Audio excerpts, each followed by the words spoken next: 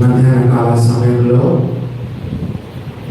మరొకసారి ఆయన పాద సన్నిధికి చేరొచ్చే భాగ్యము దేవుడు మనకు అనుగ్రహించినందుకు దేవునికి మనము వందనాలు చెల్లిస్తున్నాము. ఉదయకాలంలో మనం చదువుకున్న వాక్య భాగము దినవృత్తాంతముల 2వ గ్రంథము 24వ అధ్యాయము. ఇప్పుడు 3వ వచనాన్ని మనం చదువుకున్నాం. దినవృత్తాంతముల 2వ గ్రంథము 24వ అధ్యాయము 3వ వచనాన్ని మనము చదువుకున్నాం. యెహోయాదా అతనికి 2 భార్యలను పెళ్లి చేసెను. అతడు కుమారులను కుమార్తెలను కనెను. చదివిన వాక్యాన్ని చదవబోతున్న వాక్యాలను దేవుడు మన కొరకు దీవించును గాక. ప్రస్తుతం మనం 1వ వచనమే చదువుకున్నాము. టైం ఉంటే 4వ వచనం కూడా చదువుకున్నాం. మరి విజయానంద గారు చెప్పారు, మీకు ఏ టైం ఇచ్చినా క్లోజింగ్ టైం మాత్రం 5 o'clock అని చాలా షార్ప్గా. మనం 45 నిమిషాలు ఉంది. షార్ప్గా 45 నిమిషాల్లో 5 గంటలకు మనము ముగించుకుందాం. యెహోయాదా అతనికి 2 భార్యలను పెళ్లి చేసెను.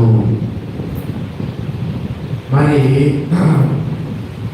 యోవాషు తనతో తాను చేసుకోవచ్చుగా పెళ్లి.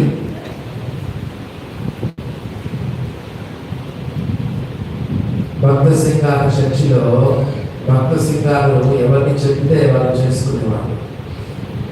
లేబెన్స్ ఇవాంజలికల్ ఫెలోషిప్ తెలుసా మీకు? LEF అంటారు.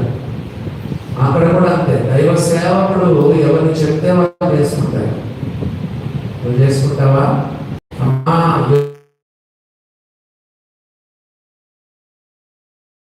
అమ్మాయి మన సంఘంలో మంచిగా పరిచయం చేస్తుంది బాబు అంటే వింటావా? అమ్మా, ఆ బాబు ఎంతో యోగ్యుడు, ప్రార్థనా పరుడు, నువ్వు చేసుకుంటే సుఖపడతావమ్మా అని దైవ సేవకుడు చెప్తే చేసుకుంటావా?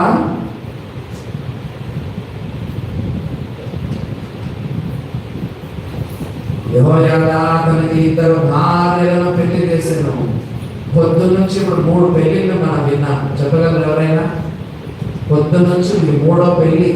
చెప్పండి చూద్దాం. ఫస్ట్ పెళ్లి ఎవరిది? చెప్పండి, ఫస్ట్ పెళ్లి ఎవరిది? యెహోషాపాతు. యెహోవాను హృదయపూర్వకంగా వెతికిన యెహోషాపాతు తన కుమారుడైన యెహోరాముకు మరి ఆహాబు కుమార్తె అయిన చెప్పండి అతల్యాను వివాహం చేసి కోడలుగా తెచ్చుకున్నాడు. ఆమె సింహాసనం ఎక్కి రాజకుమారులందరినీ చంపేసింది. తానే రాణి కూర్చుంది. అది మొదటి వివాహం. 2వ వివాహం చెప్పండి. ఒక రాజకుమార్తె యెహోషబ. సామాన్యుడైన ఒక దైవ సేవకుడైన యెహోయాదాను, యాజకుడైన యెహోయాదాను పెళ్లి చేసుకుంది. రాజకుమార్తె చేసుకుంటావా మరి నీవు? అది 2వ పెళ్లి. ఇప్పుడు 3వ పెళ్లి చెప్పండి. యెహోయాదా అతనికి 2 భార్యలు చేసెను. పెళ్లిళ్ళప్పుడు ఎవరి బిడ్డలారా దైవ సేవకులను సంప్రదించండి, పెద్దలను సంప్రదించండి, నాయకులను సంప్రదించండి. వారి ప్రార్థన కోరండి.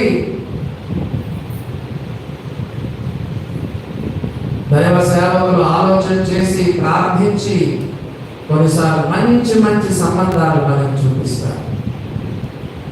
మీలో కొంతమంది నన్ను ప్రశ్నిస్తున్నారు, అయ్యా ఏదయ్యా పోయి 2 చేశాడే, ఆయన యాజకుడు కదా, దేవుని సేవకుడు కదా, యెహోయాదా యోవాషుకి ఏంటి 2 భార్యలను చేశాడని మీరు వెంటనే నన్ను ప్రశ్నిస్తున్నారు. ఎందుకు చేశాడో తెలుసా?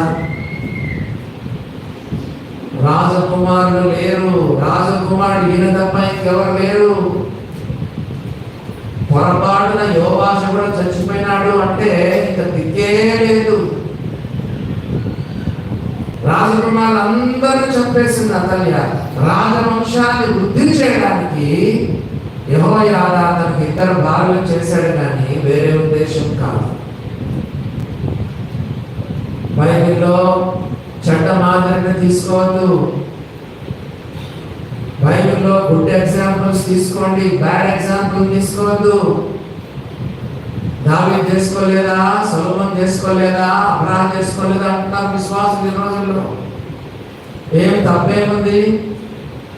చేసుకుంటాం, మేము కూడా చేసుకుంటాం, ఇద్దరు చేసుకుంటాం. చూసారా, బైబిల్లో బ్యాడ్ ఎగ్జాంపుల్ తీసుకోవద్దు. ఆ జ్ఞాన కాలములను దేవుడు చూచి చూడనట్టుగా ఉన్నాడు. దోసాల ignorant days, అవి అజ్ఞాన కాలాలని దేవుని వాక్యం చెప్పబడింది. తెలియదు, ఆ రోజుల్లో వాళ్ళకి తెలియదు. హృదయ కాఠిన్యాన్ని బట్టి దేవుడు వారికి అనుమతించినాడు. ఈ రోజుల్లో 2 భార్యలు చేసుకోవచ్చా, 2 భర్తలు చేసుకోవచ్చా? నరకానికి వెళ్ళిపోతారు. వివాహం అన్ని విషయములలో ఘనమైనది గాను, నిష్కల్మషమైనది గాను ఉండవలెను. వేశ్య సంగులకు, వ్యభిచారులకు దేవుడు తీర్పు తీర్చును. తమాషా అనుకున్నావా? కొంతమంది విడాకులు ఇచ్చి 2వ పెళ్లి చేసుకుంటున్నారు. ఏమైనా లైసెన్స్ ఇచ్చాడా దేవుడు నీకు దైవ గ్రంథంలో?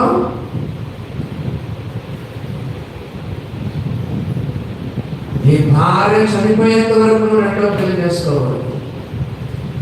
నీ భర్త చనిపోయేంత వరకు ఏమైనా సరే, ఒకవేళ వేరే వాళ్ళతో వెళ్ళిపోయినా సరే, నీ భార్య నీ భర్త చనిపోయేంత వరకు 2వ వివాహం చేసుకోకూడదు. కోర్టులో విడాకులైన దేవుని దగ్గర విడాకులు కాదు. నీ భర్త మారు మనసు కొరకు, నీ భార్య మారు మనసు కొరకు ప్రార్థన చెయ్యి.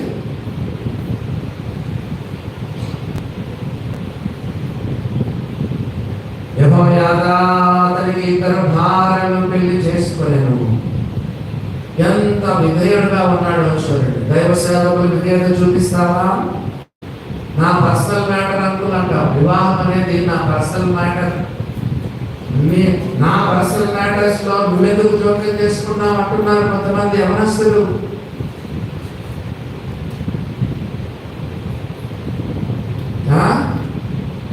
ఈ యొక్క యోవాషు లోబడినట్టుగా దైవ సేవకులు, పెద్దలకు, నాయకులు లోబడతావా? హెబ్రీయులకు రాసిన పత్రిక 11వ అధ్యాయము 17వ వచనం. హెబ్రీయులకు రాసిన పత్రిక 11వ అధ్యాయము 17వ వచనం చదవండి. చదవండి అంటే మీరు మనసులో చదవాలి, నేను మైక్లో చదువుతాను. హెబ్రీయులకు రాసిన పత్రిక 11వ అధ్యాయం 17వ వచనం. మీ పైన నాయకులుగా ఉన్నవారు లెక్క గొప్ప చెప్పవలసిన వారి వలె మీ ఆత్మలను కాయించున్నారు. Accountable leadership. సంఘ పెద్దలంటే ఏమనుకున్నావు? సేవకులంటే ఏమనుకున్నావు? నాయకులంటే ఏమనుకున్నావు? దేవుడికి లెక్క చెప్పాలి వారు. It is an accountable leadership. లెక్క గొప్ప చెప్పవలసిన వారి వలె మీ ఆత్మను కాయించున్నారు. వారు దుఃఖముతో పని చేసిన మీకు నిష్ప్రయోజనము కనుక దుఃఖముతో కాక ఆనందముతో చేయనట్లు వారి మాట విని వారికి లోబడు.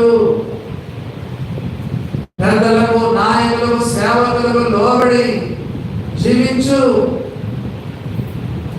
దుఃఖముతో కాక ఆనందముతో చేయనట్లు. ఎంతమంది దైవ సేవకులు ఏడ్పించి ఏడ్పించి ఏడ్పించి పెద్దలు, నాయకులు, సేవకులు ఏడ్పిస్తారు.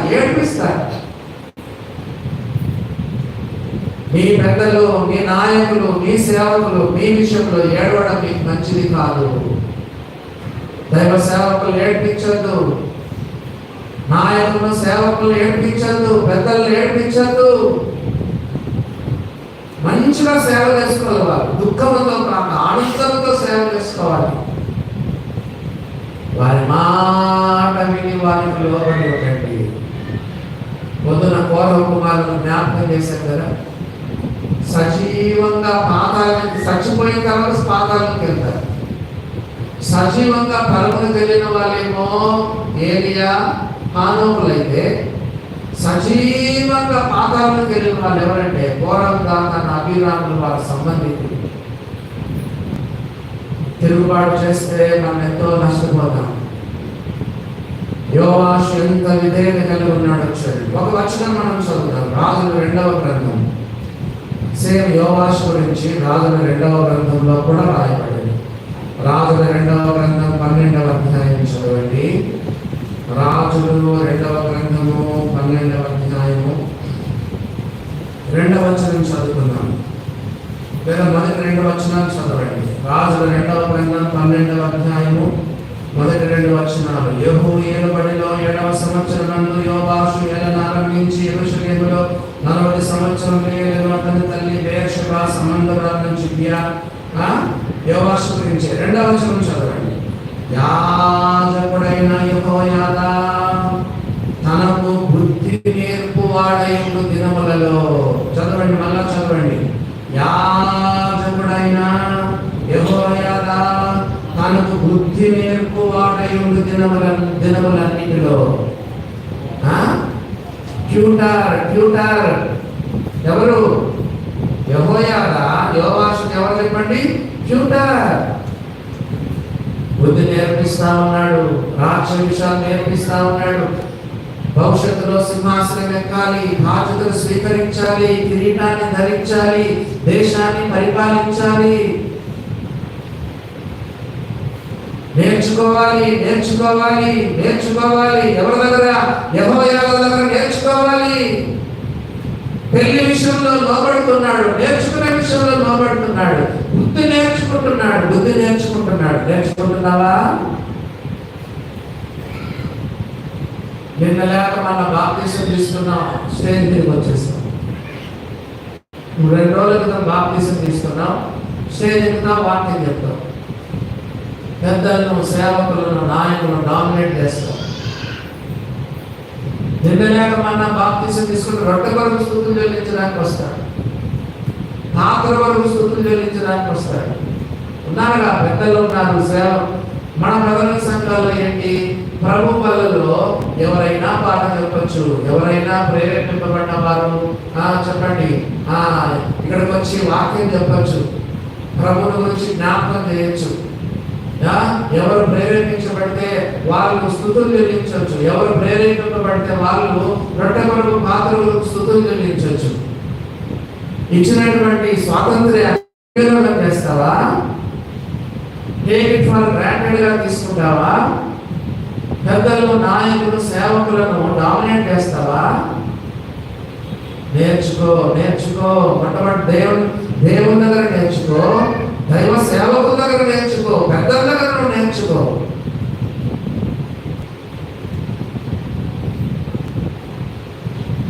యాజకుడైన యెహోయాదా తనకు బుద్ధి నేర్పు వాడైన దినములన్నిటిలో నేర్చుకుంటా ఉన్నాడు, నేర్చుకుంటా ఉన్నాడు. నీకు ఒక యెహోయాదా ఉన్నాడా? నీకు ఒక మోషే ఉన్నాడా? నీకంటూ ఒక ఏలియా ఉన్నాడా? నీకంటూ ఒక పౌలు ఉన్నాడా? నీకంటూ ఒక అననీయ ఉన్నాడా? యెహోషువకి ఎవరున్నారు చెప్పండి. పొద్దున స్వామినాథన్ గారు గుర్తు చేసినాం. చెప్పండి, పొద్దున మనం విన్నాము. యెహోషువకి ఎవరున్నారు చెప్పండి? మోషే ఉన్నాడు. మరి ఎలీషాకి ఎవరున్నారు? ఏలియా ఉన్నాడు. సమూయేలుకి ఎవరున్నారు? ఏలీ ఉన్నాడు. తిమోతికి ఎవరున్నారు? పౌలు ఉన్నాడు. భవిష్యత్తులో యేసు ప్రభులాగా జీవించి యేసు ప్రభులాగా సేవ చేయబోతున్న గొప్ప వ్యక్తి, గొప్ప దైవజనుడు పౌలు కూడా ఎవరు కావాల్సి వచ్చిందంటే అననీయ రావాల్సిందే, చేతులు పెట్టాల్సిందే, ప్రార్థన చేయాల్సిందే, బాప్తిసం ఇయ్యాల్సిందే, కొన్ని హెచ్చరికలు చేయాల్సిందే. తడువు చేయడం ఎందుకు? లేచిన నామమున బాప్తిసం పొందు. ఎవరికి? పౌలు లాంటి గొప్ప దైవజనుడు కూడా ఎవరు కావాల్సి వచ్చింది? అననీయ రావాల్సిందే, చేతులు పెట్టాల్సిందే, చెప్పండి, ప్రార్థన చేయాల్సిందే, బాప్తిసం ఇవ్వాల్సిందే, కొన్ని హెచ్చరికలు ఇవ్వాల్సిందే. మరి నీకెవరున్నారు? కాళ్ళను ఎగరేస్తున్నావు, కొంచెం వాక్యం నేర్చుకున్నావు, కొంచెం ఏ సండే స్కూల్లోనో లేకపోతే ఈ రోజుల్లో చాలా మంది పెద్దల దగ్గర నేర్చుకోవట్లేదు, నాయకుల దగ్గర నేర్చుకోవట్లేదు, సేవకుల దగ్గర నేర్చుకోవట్లేదు, సంఘంలో నేర్చుకోవట్లేదు. వాక్యం ఎక్కడ నేర్చుకుంటున్నారు చెప్పండి? అదిగో ఇక్కడ తెలిసేది, యూట్యూబ్ తెలిసేది, యోగాసన కొడితే మొత్తం వస్తుంది మీకు ప్రసంగం. నేను ఎప్పుడు చూడలేదు, ఊరికే చెప్తున్నాను, వస్తుంది, ఖచ్చితంగా వస్తుంది. యోగాసన కొట్టు, ఎక్కడెక్కడ ఏమేమి రెఫరెన్స్ ఉన్నాయి మొత్తం వస్తాయి. ఎవరైనా చేసిన ప్రసంగాలు కూడా నీకు వచ్చేస్తాయి. యూట్యూబ్లో నేర్చుకుంటావు, అలా వస్తావు, ఇక్కడ పులిపిడి దగ్గరకు వస్తావు, సారంగా చెప్తావు. ఫస్ట్ నేర్చుకో, దేవుని దగ్గర, యేసు ప్రభు దగ్గర మొట్టమొదట నేర్చుకో. నేను సాత్వికుడను, దీన మనసు గలవాడను కనుక మీ మీద నా కాడి ఎత్తుకొని నా యొక్క నేర్చుకుని. నీ సాత్వికం ఉందా? దీనంతం ఉందా? పెద్దలు, నాయకులు, సేవకులను అందరినీ ఎదిరిస్తావు. నీలో దీనంతం ఉందా? నీలో సాత్వికం ఉందా? నా దృష్టిలో దేవుడు నిన్ను వాడుకోడు. తగ్గింపు, దీన మనస్సు, విరిగినలిగిన హృదయం, పగిలిన హృదయం, ఇలాంటి వారిని దేవుడు వాడుకుంటాడు. దేవుడు మోషేను ఎందుకు వాడుకున్నాడు? భూమి మీద ఉన్న వారందరిలో మిక్కిలి సాత్వికుడు. భూమి మీద ఉన్న వారందరిలో మోషే మిక్కిలి సాత్వికుడు. ఆయన పౌరుషం రోషుకున్నప్పుడు దేవుడు ఆయన వాడుకోలేదు.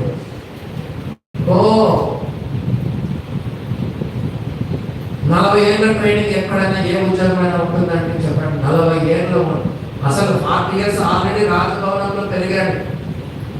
మోషే పెద్దవాడైనప్పుడు అని రాయబడింది. అప్పటికే 40 సంవత్సరాలు ట్రైనింగ్ ఉంది. ఆ ట్రైనింగ్ పనకలేదు.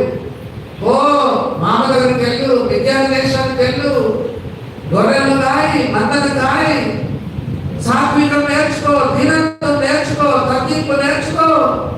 ఎండకు ఎండు, వానకు తడుసు, మంచుకు తడుసు.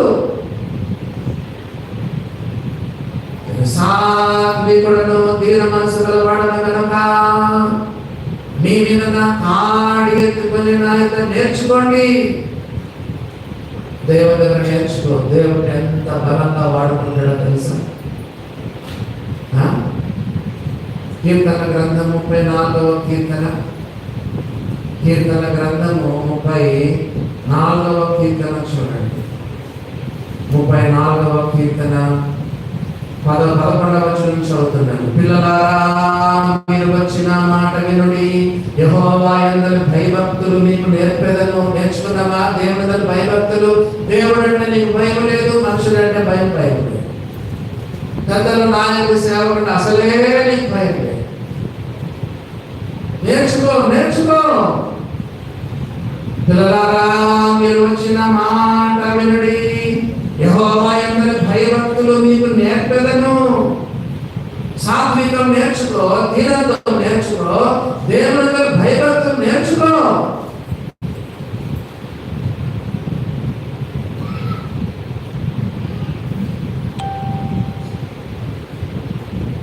లూకాసు వార్తలో ఒక మాట చదువుతాం. చూడండి,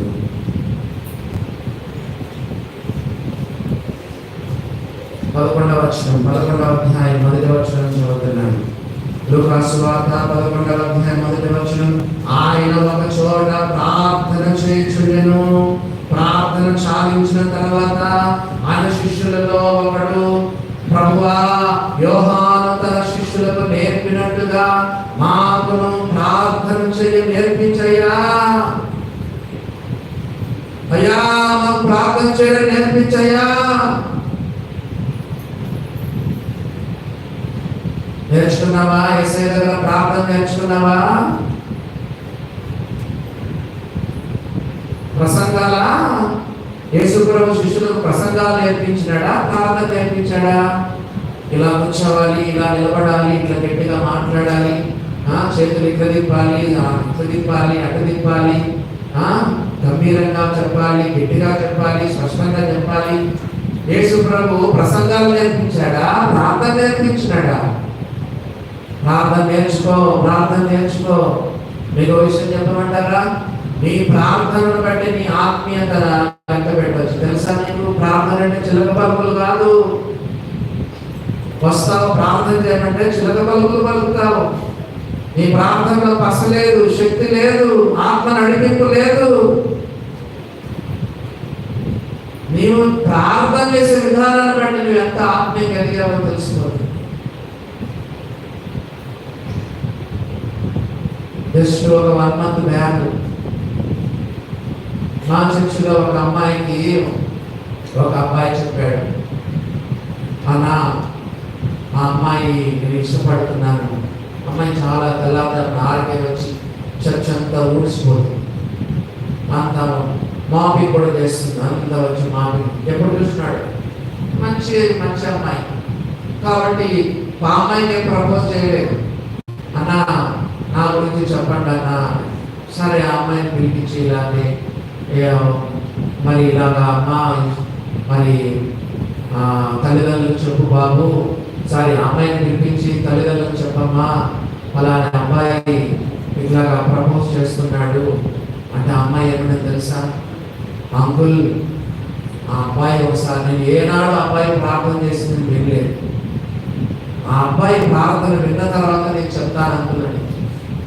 ఆ అబ్బాయి ఎప్పుడు ప్రార్థన చేస్తాడో నువ్వెప్పుడు వింటావమ్మా? కనీసం రికార్డు చేసేలా పంపించండి అంటున్నాను. చూసినారా? దేవుని బిడ్డలారా, నీ ప్రార్థనను బట్టి నేను కనిపెట్టచ్చు. నువ్వు ఎంతమంది ఆత్మీయంగా ఎదిగావు. ప్రార్థన అంటే చిలక పలుకులు కాదు. ప్రార్థన నేర్చుకోమా అయ్యా. శరీరధార్యమైన దినములలో మహారోదనలతోనూ కన్నీళ్లతోనూ తను మరణం నుండి రక్షించగలిగిన వారికి ప్రార్థనలు యాచనలు సమర్పించి భయభక్తులు కలిగి ఉన్నందున ఆయన అంగీకరింపబడ్డాడు. యేసు ప్రభు ప్రార్థన చూడండి, మహారోదనలతోనూ కన్నీళ్లతోనూ ప్రార్థనలు యాచనలు తండ్రికి సమర్పించాడు. ఎవరైనా? సృష్టికర్త దేవుడు, దేవుని కుమారుడు, తన మహత్వ గల మాట చేత సమస్తాన్ని నిర్వహించుచున్న క్రీస్తు ప్రభు ఈ లోకంలో మానవుడిగా జీవిస్తున్నప్పుడు మహారోదనంతో కన్నీళ్లతో ఆయన ప్రార్థించాడు. గెత్సెమనే తోటలో నేను అనుకుంటున్నాను, గెత్సెమనేలో యేసు ప్రభు చేసినట్టుగా ప్రపంచంలో ఏ వ్యక్తి కూడా చేయడు. ఒప్పుకుంటున్నాను. దాంట్లో కనీసం 10% యేసు ప్రభు గెత్సెమనే తోటలో చేసిన ప్రార్థనలో కనీసం 10% మనం చేయలేదా? చెమట కాకపోయినా, రక్తం కాకపోయినా కనీసం కన్నీటి ప్రార్థన.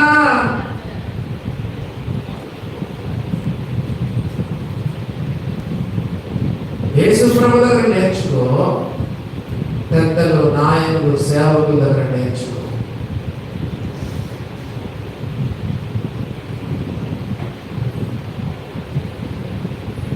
దావీదు కూడా వ్యభిచారం చేశాడు, నరహత్య చేశాడు, కొన్ని తప్పుదాలు చేశాడు. దావీదు బాగుపడ్డాడు. సొలొమోను బాగుపడ్డా? సొలొమోనుకి ఎంత జ్ఞానం! వారి డాడీ కంటే ఎక్కువ జ్ఞానం. నీ పూర్వీకుల్లో కానీ ఆ తర్వాత కానీ ఇలాంటి జ్ఞానవంతుడు ఉండడం దేవుడు చెప్పాడు. ఎంత జ్ఞానం! సామెతలు రాస్తున్నాడు, ఎంత రాశాడు చెప్పండి. అన్ని రాశాడు.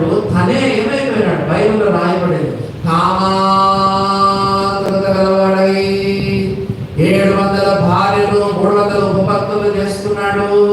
కామాతురత గలవాడై ఉన్నాడు. తన భార్యల నిమిత్తము అన్ని దేవతలు గుళ్ళు కట్టించాడు, ధూపం వేశాడు, ధూపం వేశాడు, అన్ని దేవతలు ధూపం వేశాడు. ఎవరు? సొలొమోను. ఎందుకో తెలుసా? దావీదు ఎంత పాపం చేసినా దావీదు దగ్గర దైవ సేవకులు ఉండేవాళ్ళు. చెప్పండి, దావీదు హెచ్చరించిన 2 దైవ సేవకులు చెప్పండి. Very good. నాతాను కాదు. చూసారా? దావీదు దగ్గర దైవ సేవకులు ఉండేవాళ్ళు. దైవ సేవకులు దగ్గర రాని రానిచ్చేవాడు, ప్రవక్తను దగ్గర రానిచ్చేవాడు, దిద్దుతే తల వంచుకునేవాడు. బెత్షెబా విషయంలో ఏమన్నాడు నాతాను? నువ్వు ఏమన్నాడు? ఆ మనుషులకు నీవే అంటే తల వంచినాడు, మెడ వంచినాడు, నడుము వంచినాడు, మోకాలు వంచినాడు. నేను పాపము చేసినని చెప్పాడు. సొలొమోను దగ్గర ఎంతమంది ప్రవక్తలు ఉన్నారు, ఎంతమంది దైవసేవకులు చెప్పండి, ఒక్క పేరు చెప్పండి చూద్దాం. ఏ నాడైనా ఒక దైవ సేవకుని దగ్గర తీసినాడా? ఏ నాడైనా వాళ్ళతో వాక్యం చెప్పించుకున్నాడా? ఒక్క ప్రవక్తనైనా తన దగ్గర పెట్టుకున్నాడా? తన సొంత జ్ఞానం పైన ఆధారపడు పతనమైపోయినాడు, అయిపోయినాడు.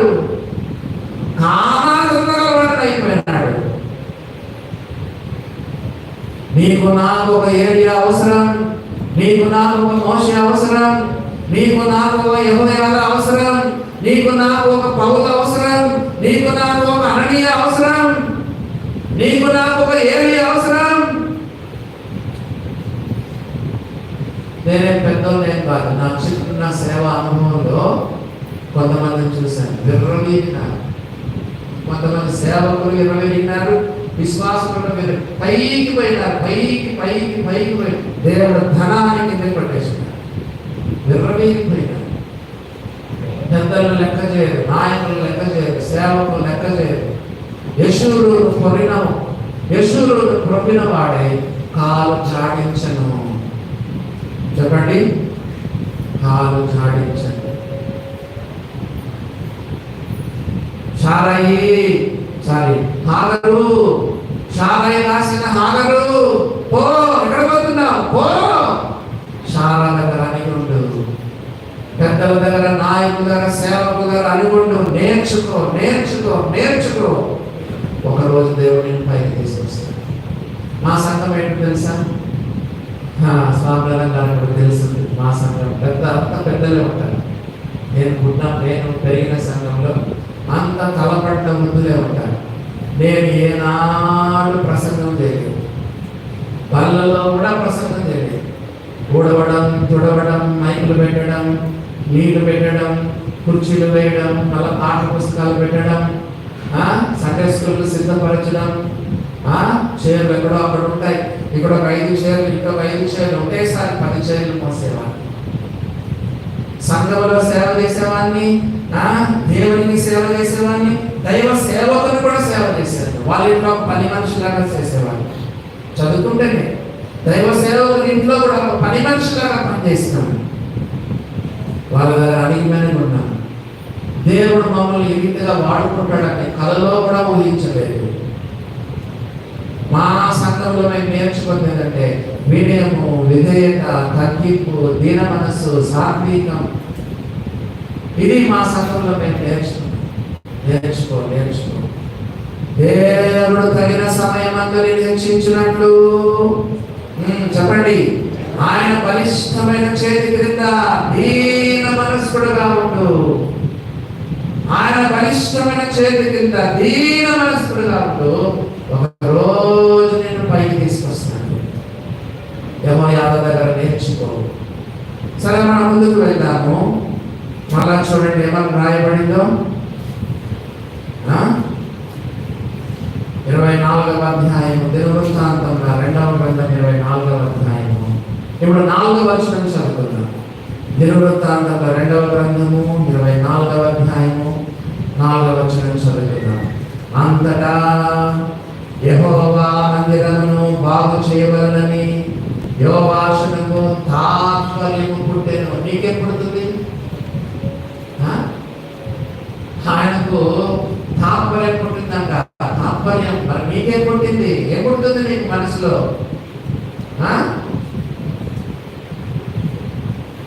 మరి దేవుడు మిగతా వైపు రాయించలే.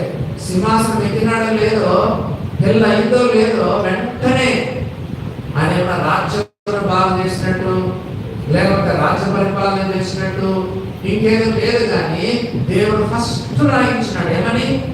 ఫస్ట్ చెప్పండి. ఆయన సింహాసనం ఎక్కిన వెంటనే, పెళ్ళైన వెంటనే, కొంచెం పెద్దోడైన వెంటనే అంతటా యెహోవా మందిరమును బాగు చేయవలని యోవాషునకు తాత్పర్యము పుట్టెను. మరి నీకేం పుడుతుంది? ఒక ప్రశ్న వేస్తాను, చెప్పండి. ఎందుకు యోవాషునకు యెహోవా మందిరమును బాగు చేయవాలని తాత్పర్యం పుట్టింది?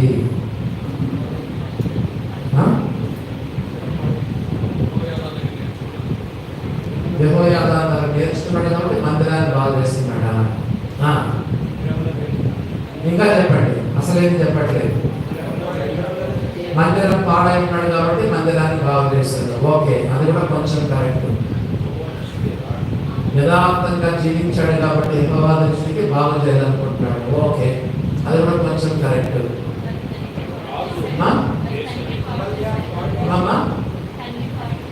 తండ్రి పాడు చేశాడు కాబట్టి, అతల్య పాడు చేసింది కాబట్టి మా మందిరం బాగు చేయాలనుకుంటున్నాడు. అది కూడా కొంచెమే కరెక్ట్. అసలేంది చెప్పట్లేదు. Very good. ఇక్కడ ఎవరో చెప్తున్నారు, మందిరంలో 6 సంవత్సరాలైనా దాచబడ్డాడు. 6 సంవత్సరాలు. 7వ సంవత్సరమున యెహోయాదాను రాజుగా చేశాడు, సింహాసనం ఎక్కించాడు. 6 సంవత్సరాలు సుదీర్ఘమైన సంవత్సరాలు. 6 సంవత్సరాలు తాను యెహోవా మందిరంలో దాచబడ్డాడు, కాపాడబడ్డాడు. పొద్దున చెప్పాను, మందిరం విడిచిపెట్టే అడ్రస్ లేకుండా పట్టుకొని పోతాం. భ్రష్టులైపోయినారు. దేవుని మందిరం, దేవుని మందిరం, దేవుని మందిరం. దావీదు ఏం చెప్పాడు? నేను యెహోవా యొద్ద ఒక వరమును అడిగితిని. చెప్పండి. నేను యెహోవా యొద్ద ఒక వరమును అడిగితిని, దాన్ని నేను వెతుకుచున్నాను. యెహోవా ప్రసన్నతను చూచుటకును, ఆయన ఆలయంలో ధ్యానించుటకును నా జీవిత కాలమంతయు నేను యెహోవా మందిరములో నివసింప కోరుచున్నాను. దావీదు నీ కోరిక ఏంటని అడిగితే, అయ్యా దావీదు గారు నీ కోరిక ఏమంటే, ఆయన ఏమంటాడు, నా జీవిత కాలమంతా యెహోవా మందిరంలో నివసింపబోతాను. మై డీపెస్ట్ డిజైర్, గాఢమైన కోరిక, మరి ప్రగాఢమైన కోరిక, అమోఘమైన కోరిక. దినవృత్తాంతం గ్రంథం నుంచి చదువుతాం. నా దేవుని మందిరం మీద నాకున్న మక్కువ, ఉందా? దేవుని మందిరం మీద నీకు మక్కువ ఉందా? దేవా, బలిపీఠం యొక్క నీకు పిచ్చులకు నివాసము దొరికెను, పిల్లలు పెట్టుటకు బాణకోవలకు గూటి స్థలం దొరికెను. మందిరంలో నీకు గ్యారెంటీ ఉంది, సేఫ్టీ ఉంది, సెక్యూరిటీ ఉంది. అతల్యాలు నేను ఏమి చేయలేరు, ఫరోలు నేను ఏమి చేయలేరు. దేవుని మందిరం, దేవుని మందిరం. వస్తున్నావా దేవుని మందిరానికి?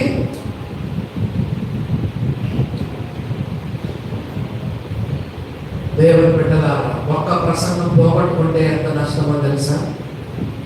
ఒక రోజు మందిరానికి రాలేదు, ఒక రోజు మందిరానికి రాకపోతే ఒక ప్రసంగం పోయింది నీకు. ఒక ప్రసంగం పోగొట్టుకుంటే నీకు ఎంత నష్టమో తెలుసా? తోమ యేసు ప్రభు ఏ రోజు లేచాడో అదే రోజు ఆబ్సెంట్ అయ్యాడు. ఫస్ట్ రోజు, ఏ రోజు మృతుల్లో నుండి యేసు ప్రభు లేచాడో ఆ ఫస్ట్ రోజు సాయంకాలం యేసు ప్రభు వాళ్ళందరూ తలుపులు వేసుకొని లోపల ఉన్నప్పుడు యేసు ప్రభు ఆత్మరూపిగా లోపలికి వచ్చి వారికి పునరుత్థాన సందేశం, ఫస్ట్ పునరుత్థాన సందేశం, మీకు సమాధానం కలుగును గాక, శుభమగును గాక కదా. తండ్రి నేను పంపిన ప్రకారం మిమ్మల్ని పంపుతున్నాను. ఎవరి పాపంలో మీరు ఉండనిస్తారో ఉంటాయి, ఎవరి పాపములు క్షమింపనిస్తారో క్షమింపబడను, వారి మీద ఊది పరిశుద్ధాత్మను పొందుడి. ఈ పునరుత్థాన సందేశం పోవడం. ఒక్క రోజు మీటింగ్ రాకపోతే ఎంత నష్టం. వెంటనే మీరేమంటారు తెలుసా? అన్న ఇందాక ఎవరు స్వామి గారు వాకింగ్ చెప్పేటప్పుడు మీరు లేరన్నా అంటారు కదా. ఈ మధ్య ఒక ఆయన వాట్సాప్లోనే పెట్టేసినాడు, ఈ కాలం బోధకులు ఎట్లున్నారంటే వాళ్ళ ప్రసంగం వాళ్ళు చెప్తారు, వెళ్ళిపోతారు, వాళ్ళ ప్రసంగం వాళ్ళు చెప్తారు, ఇంకా రెండవ ప్రసంగం వినకుండా వెళ్ళిపోతారు. ప్రసంగాలు ప్రజలకే కానీ సేవకులకు కాదు. ఏ బోధకులో ఏ సేవకులో ఏమో అసలు వాళ్ళు చెప్పేదే కానీ ప్రసంగాలు వినలేదంట. అది కూడా కొంతమంది వాస్తవం ఉండొచ్చు, కానీ మాకు అస్సలు శరీరం అంతా గుల్లైపోతుంది. ముఖ్యంగా ఈ వేసవిలో ఎండలకు తట్టుకోలేక ప్రయాణాలు, భయంకరమైన ప్రయాణాలు. నిన్న సాయంకాలం చెప్పాను జ్వరంగా ఉంది అని. మేము కొంచెం అంతో ఎంతో రెస్ట్ తీసుకుంటే తప్ప మళ్ళా ఇంకో ప్రసంగం చెప్పలేదు. రోజు గంటలు గంటలు గంటలు గంటలు వాక్యం చెప్తే శరీరం అయిపోతుందండి. అందుకే తప్ప వాక్యం వినకూడదని కాదు. కొన్నిసార్లు వాక్యం పైకి వినిపిస్తా ఉంటారు. పడతలు అక్కడ మేము పడుకున్నా చెప్పండి, ఒక చెవులు ఇక్కడ వేసుకుంటాం. ఒక ప్రసంగం పోగొట్టుకునేంత నష్టం దేవుని బిడ్డలా.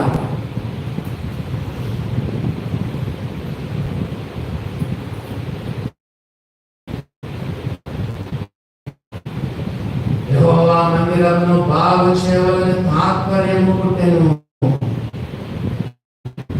ఈ సంఘంలో పుట్టి పెరిగావే, ఇక్కడే నమ్ముకున్నావే, ఇక్కడే బాప్తిసం తీసుకున్నావే, ఇక్కడే వివాహం చేసుకున్నావే, స్థానిక సంఘాన్ని మర్చిపోతావా? తల్లి సంఘం అనేది లేదు బైబిల్లో. అయినా పుట్టే చెప్తున్నా, పాఠం కొరకు చెప్తున్నా. దైవ సేవకులు మర్చిపోతావే, నేను సండే స్కూల్ నీకు వాక్యం చెప్పిన సండే స్కూల్ టీచర్ని మర్చిపోతావే.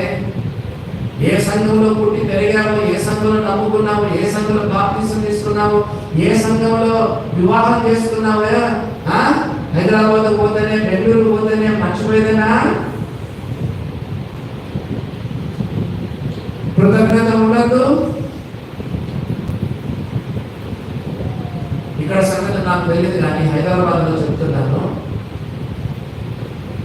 కొద్ది కాలం వస్తారు, 2 సంవత్సరాలు 3 సంవత్సరాలు వస్తారు, సంఘంలో బాగా ఎదుగుతారు, ఎంతో మేలు పొందుతారు, సంఘం ద్వారా ఆశీర్వాదం, నెమ్మది, ఆదరణ కదా. కొన్నిసార్లు ఫైనాన్షియల్ గా కూడా సపోర్ట్, ఇంకా అన్ని రకాలుగా మేలు పొంది ఏదో కొంచెము ఇల్లు మార్చాల్సి వస్తుంది. హైదరాబాద్ లో ఇల్లు మార్చాల్సి వస్తుంది. అప్పుడేమో 2 కిలోమీటర్ల దూరంలో ఉంటే, ఇప్పుడేమో 8 కిలోమీటర్లు 10 కిలోమీటర్లు. హైదరాబాద్ లో 10 కానీ 20 కిలోమీటర్లు మాకు అసలు ఏ దూరం అనిపించదు. ఎందుకు? మెట్రో ట్రైన్లు ఉంటాయి, సిటీ బస్సులు ఉంటాయి. మాకు అసలు 10 కిలోమీటర్లు మాకు లెక్కే అసలు సిటీలో. మనోళ్ళకి ఏంటి, ముందేమో 2 కిలోమీటర్ల దూరంలో ఉంటాయి, ఇప్పుడు 8 కిలోమీటర్లు 10 కిలోమీటర్లు. మహా అంటే ఒక 10 కిలోమీటర్లు ఎక్కువైంది. చర్చి మానేస్తారు. మనకేంటంటే ఇంటి పక్కనే చర్చి ఉండాలి, పెట్రోల్ ఖర్చు కాకూడదు, టైం ఖర్చు కాకూడదు. బట్టలు ఎంత దూరం నుంచి ప్రయాణం వస్తే ఏమవుతాయి? బట్టలు చెప్పండి, చెమట పడతాయి. బట్టలు నైస్గా ఉండాలి, ఏం ఖర్చు కావడం. మనకి ఇంటి పక్కనే చర్చి ఉండాలి. ఏ చర్చ్ అయితే ఏముందన్నా, బ్రదర్ చర్చి కాకపోయినా వాళ్ళు చిన్నప్పటి నుంచి నేర్చుకుంది ఇదేనా నువ్వు? ప్రధాన సంఘంలో పుట్టి పెరుగుతావు, హైదరాబాద్ వస్తే వేరే సంఘాలకు వెళ్తావు. ఇక్కడికి వచ్చి ఇక్కడ వందనాలు చెప్తావు, అక్కడ షాలో అంటావు. ఎవరి దగ్గర? సతీష్ కుమార్ దగ్గర. ఇక్కడేమో వందనాలు చెప్తావు, బాక్సింగ్ తెచ్చిపోయి ప్రేసలాడు అంటావు. చూడండి, నీ స్థానిక సంఘాన్ని నువ్వు కృతజ్ఞత ఉండాలి కదా. నీ స్థానిక సంఘం పైన కృతజ్ఞత ఉండాలి కదా. ఏ దైవ సేవకులు నీకు పెంచి పోషించుతాడు, వాళ్ళపై కూడా నీకు మనసు ఉండాలి కదా. లేదా? బైబిల్లో లేదా? ఫిబ్రవరి 11వ అధ్యాయం 7వ వచనంలో లేదా? నీకు దేవుని వాక్యము బోధించి, చదవండి. ఫిబ్రవరికి రాసిన పత్రిక 13వ అధ్యాయము 7వ వచనం చదవండి. మీకు దేవుని వాక్యము బోధించి మీ పైన నాయకులుగా ఉన్నవాడిని మర్చిపోమన్నాడా, జ్ఞాపకం చేసుకోమన్నాడా? చదవండి. ఫిబ్రవరి 13:7. మీకు దేవుని వాక్యము బోధించి మీ పైన నాయకులుగా ఉన్న వారిని జ్ఞాపకం చేసుకొని వారి ప్రవర్తన ఫలమును శ్రద్ధగా తలంచుకొనుచు వారి విశ్వాసమును అనుసరించండి. ఏ ఊరికి వెళ్ళినా, ఎక్కడికి వెళ్ళినా మీ సంఘాన్ని మర్చిపోవద్దు. మీ సంఘం కొరకు ప్రార్థన చేయి. మీ సంఘ పెద్దలు, నాయకులు, సేవకుల కొరకు ప్రార్థన చేయి. ఏ మందిరంలో నువ్వు ఎదిగావో ఆ మందిరాల కొరకు ప్రార్థన చేయి.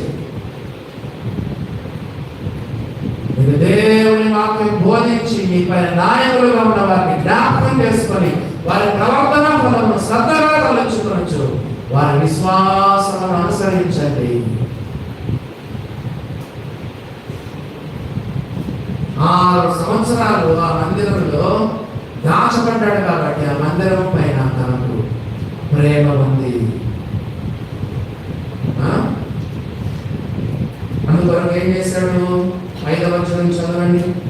అతడు యాజకులను లేవీయులను సమకూర్చి, మీరు యూదా పట్టణంలో పోయి మీ దేవుని మందిరమును బాగు చేయుటకై ఇశ్రాయేలు అందరి యొద్ద నుండి ధనమును ఏటేటా సమకూర్చుచు ఈ కార్యమును మీరు త్వరపెట్టవలని వారికి ఆజ్ఞయించను. త్వరగా చేయండి, త్వరగా చేయండి. మీ పనులైతే ఎంత ప్రీతిగా, ఎంత ఇష్టంగా డైరీలో రాసుకొని, సెల్ ఫోన్లో రాసుకొని, ఒక్కొక్కటి టిక్కు పెట్టుకొని, ఒక్కొక్కటి పనులన్నీ చేసుకుంటాం. దేవుని పని ఓ ఫిలిప్పీయులారా, అందరూ తమ సొంత కార్యం చూసుకొనిచున్నారు కానీ చెప్పండి, యేసుక్రీస్తు కార్యం చూడరు. చేతులు ఊపుకుంటా వస్తావు చర్చికి, చేతులు ఊపుకుంటా వెళ్తావు. ఏదైనా ఇక్కడ ఉన్న కూర్చో అక్కడ పెట్టావా? ఇక్కడ ఉన్న గ్లాస్ తీసుకుని అక్కడ పెట్టావా? ఎప్పుడైనా నడుము వచ్చి పని చేస్తున్నావా? దేవుని మందిరాన్ని బాగు చేయడానికి ఎప్పుడైనా ప్రయత్నం చేసావా? ఎప్పుడైనా కూర్చున్నావా? లైట్లు ఫ్యాన్లు శుభ్రం చేసావా? నడుము ఉంచుకొని ఎప్పుడైనా కూర్చున్నావా? మందిరాన్ని తుడిచినావా? మందిర ఆవరణ శుభ్రం చేసావా? మైకులు చెడిపోతే ఎప్పుడైనా రిపేర్ చేసిన అనుభవం ఉందా? సోల్డరింగ్ పోతా ఉంటుంది, అప్పుడప్పుడు చేసినావా? వాష్రూమ్ శుభ్రం చేస్తున్నావా?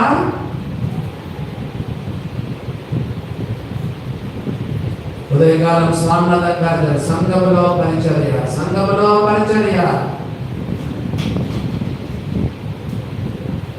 త్వరపెట్టాడు. త్వరగా చేయండి. హగ్గయి గ్రంథం 1వ అధ్యాయం చూడండి, ఏమని రాయబడిందో. హగ్గయి గ్రంథము 1వ అధ్యాయంలో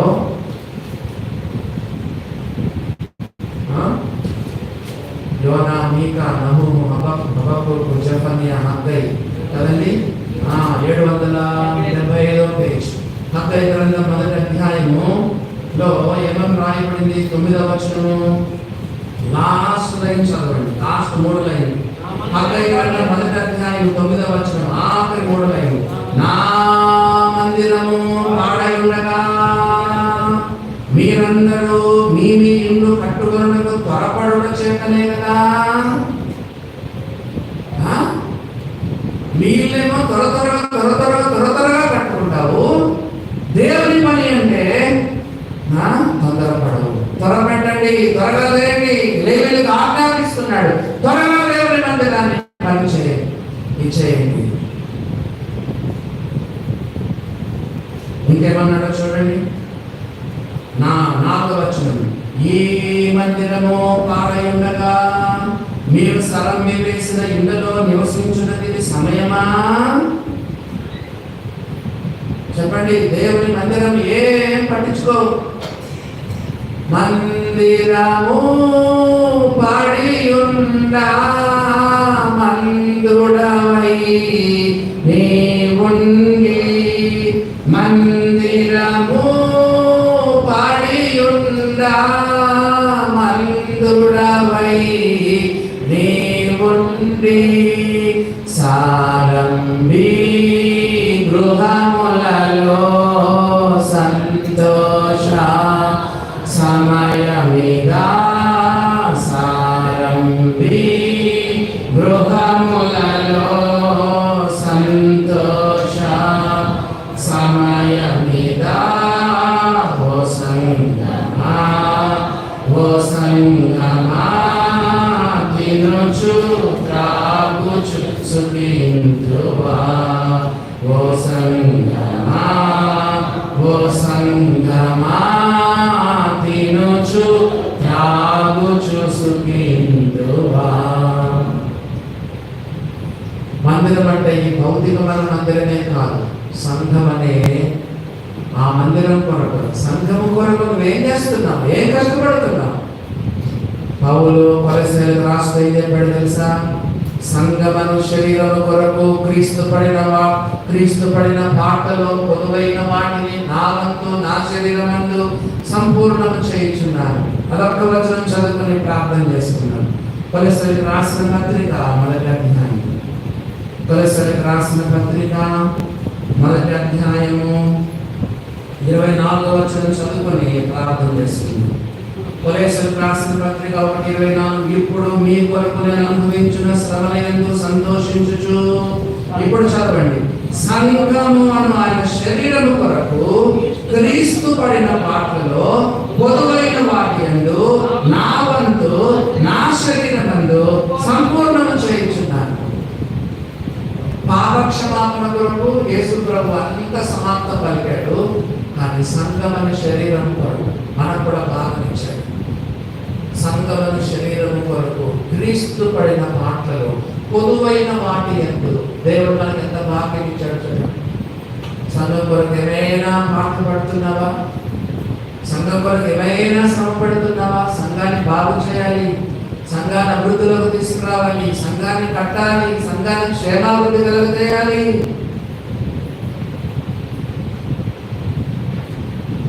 నా వంతు నీ వంతు, నా వంతు నీ వంతు, నా శరీరమందు నీ శరీరమందు సంపూర్ణము చేయించున్నాను. చూసారా దేవుడు ఎంత గొప్ప భాగ్యం కదా, వాట్ ఎ గ్రేట్ ప్రివిలేజ్. దేవుడు మనకు ఎంత భాగ్యం దేవుడు ఇచ్చాడు. సంఘము కొరకు క్రీస్తు పడిన పాటలో పొదువైన వాటి యందు నా వంతు నా శరీరమందు సంపూర్ణం చేయించు. దేవుడు బిడ్డలారా, సంఘం కొరకు ప్రయాసపడు, కష్టపడు, ఆత్మను తీసుకుంటా, ఏదో ఒకటి చెయ్యి, ప్రార్థన చెయ్యి, సంఘం క్షేమం పడు, సంఘాన్ని కట్టు, సంఘాన్ని బాగు చెయ్యి. త్వరగా వచ్చి ప్రార్థన చేసి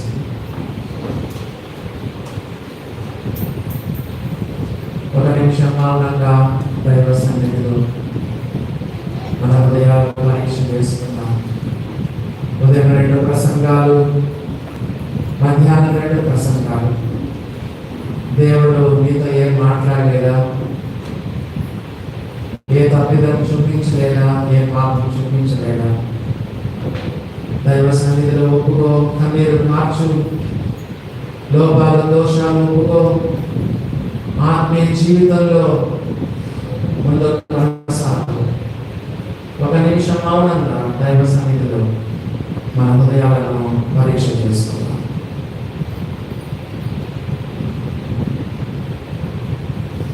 మహోన్నతుడా, మమ్మల్ని ఎంతో ప్రేమించి ప్రాణమించి తిరిగి లేచి మా మధ్యలో సజీవుడిగా ఉన్న యేసు ప్రభువా నీకు స్తోత్రాలు. మీరు ఇచ్చిన రక్షణ కొరకై స్తోత్రమయ్యా. ఉదయకాలం నుండి నీ వాక్యము మా మధ్య ఎంతో ఘోషిస్తుంది. 4 వర్తమానాలు ప్రభువా మా చెవులలో డింగురుమన్నట్లుగా చేయండి. మాతో మాట్లాడడం కొనసాగించండి. విశ్వాసమైన మాలో కూడా ఎన్నో లోపాలయ్యా, దీవెన దిద్దుబాటు దయచేయండి. దైవావేశం వలన కలిగిన ప్రతి లేఖనం ఉపదేశిస్తుంది, ఖండిస్తుంది, గద్దిస్తుంది, బుద్ధి చెప్తుందని చెప్పారు. ప్రభువా సహాయపడండి. రాత్రి బయట మీటింగ్ కొరకు సిద్ధపరచండి. ప్రభువా ఏ కుటుంబ ప్రతినిధులు వచ్చారు, కుటుంబాలకు ఆశీర్వాదం దయచేయండి. ప్రభువా నీ చేతులకు మమ్మల్ని అప్పగించుకోండి. యేసు ప్రభు పేరిట ప్రార్థిస్తున్నాం. పరలోకమందున్న మా తండ్రి. అందరికీ వందనాలండి.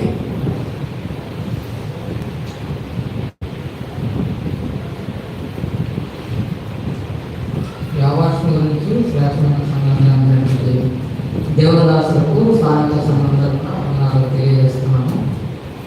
ప్రియులారా గమనించండి, కూడిక ముగించబడింది. చేయవలసిన వారందరికీ కూడా టిఫిన్ సిద్ధం చేయబడింది.